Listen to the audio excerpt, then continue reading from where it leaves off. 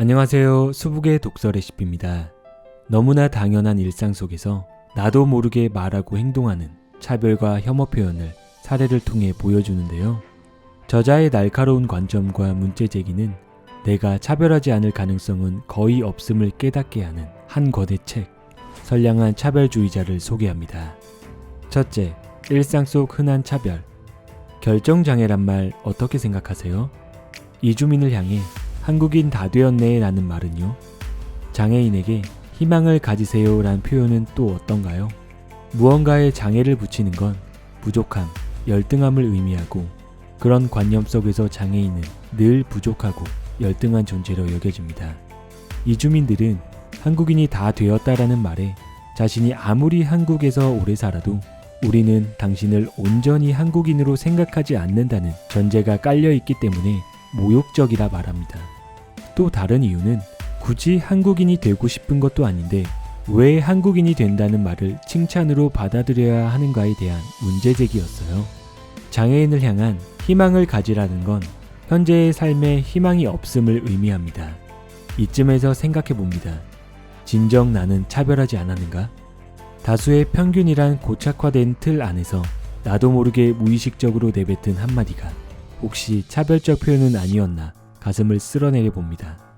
둘째, 평범해 보이는 특권. 그럼 이런 경우는 어떤가요? 사람 사이에는 권력 관계가 있습니다. 사회 안에서 나의 위치에 따라 특권을 가지기도 하죠. 특권이란 주어진 사회적 조건이 자신에게 유리해서 누리게 되는 온갖 혜택을 말합니다. 일상적으로 누리는 이런 특권은 대개 의식적으로 노력해서 얻은 게 아니라 이미 가지고 있는 조건이라서 많은 경우 눈치채지 못합니다. 나에게는 아무런 불편함이 없는 구조나 제도가 누군가에게는 장벽이 되는 바로 그때 우리는 자신이 누리는 그 특권을 발견할 수 있습니다. 혹시 일반 고속버스에 장애인이 탈 수 없음을 알고 계셨나요? 우리가 당연하게 가지게 되는 대한민국 시민권을 향한 외국인 노동자의 간절함 또한 특권이 될 수 있습니다. 과거 한 교육감은 교사 연수 자리에서 여교사는 최고의 신부감, 처녀 여자 교사들은 값이 높다라는 발언을 했는데요. 상대를 값이 매겨지는 상품으로 묘사했으니 모욕적인 말이 분명합니다. 물론 여교사를 추켜 세우려는 의도라 생각할 수도 있겠습니다만 문제는 그가 서 있는 기울어진 세상에서의 익숙한 생각이 상대방에게 상처가 될 수 있음을 알지 못했던 거죠. 진짜 문제는 세상이 기울어져 있음을 생각하지 않고 평등을 찾다 보면 불평등한 해법이 나올 수밖에 없다는 것입니다. 셋째, 다중적 지위의 우리. 2018년 500여 명의 예멘 난민이 내전을 피해 제주도에 입국했습니다. 이들을 수용하는 문제로 갑론을박을 벌였고 남성보다 여성의 반대 비율이 압도적으로 높았습니다.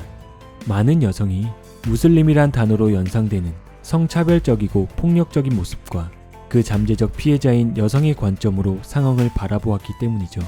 그러나 제주도에 있는 무슬림 난민은 정말 남성으로서 권력을 가졌을까요? 한국인 남성과 같은 지위로 보는 것이 타당한가요? 한국인 여성들은 소수자 집단인 여성으로서가 아니라 주류 집단인 대한민국 국민으로서 권력을 행사한 사례로 볼 수 있겠습니다. 위와 같이 우리는 성별, 국적 외에도 수많은 다중적 위치 위에 섭니다. 서는 곳이 달라지면 풍경도 달라짐과 동시에 한 곳에만 서 있는 게 아님을 우리는 명심해야겠습니다. 넷째, 무의식 속 차별의 현실.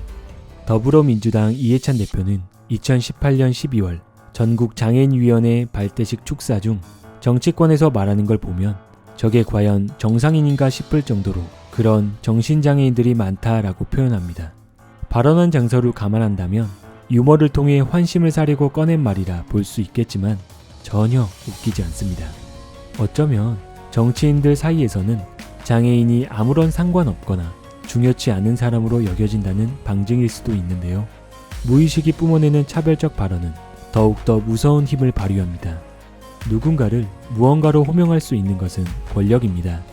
누군가를 향한 놀림을 그저 가벼운 농담으로 치부할 수 있다는 자체가 그 사람의 사회적 위치와 권력을 말해주는데요.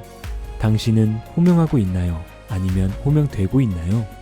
다문화 아동은 왜곡된 단어입니다. 다문화라는 말은 본래 다양한 문화의 상호 존중과 공존을 강조하는 사상인 다문화주의에서 온 것입니다.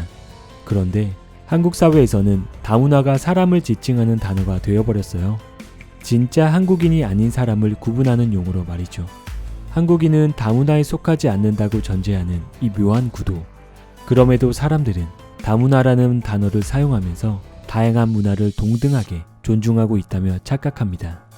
다섯째, 싫어할 수 있는 권력. 저는 동성애를 좋아하지 않습니다. 문재인 대통령의 후보 시절 발언인데요. 개인의 취향이니 얼마든지 표현할 수도 있다손 치겠으나 성소수자 당사자들은 대단한 모욕감을 느끼며 분개합니다. 싫은 걸 싫다고 말할 수 있는 건 권력인데요.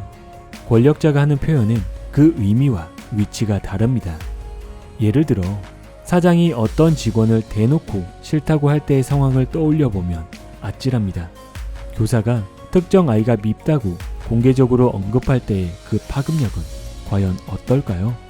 다수의 지지를 받으며 거대한 영향력을 미치는 권력자가 방송에서 위와 같이 선언한 것은 단순한 취향 표현이 아니라 해당 소수자를 공공의 공간 바깥으로 밀어내는 신호였습니다. 세계 인권 선언 중 개인의 기본적 권리가 공공 질서를 위해 제한될 수 있다는 구절이 있습니다. 다수가 동의하는 질서가 공공 질서이며 이를 보호하기 위해 소수의 권리를 제한할 수 있다는 만능 논리로도 해석될 수 있음을 우리는 알아야겠습니다. 저는 언제나 즐김의 독서와 함께 여러분의 발전을 응원하겠습니다. 고맙습니다.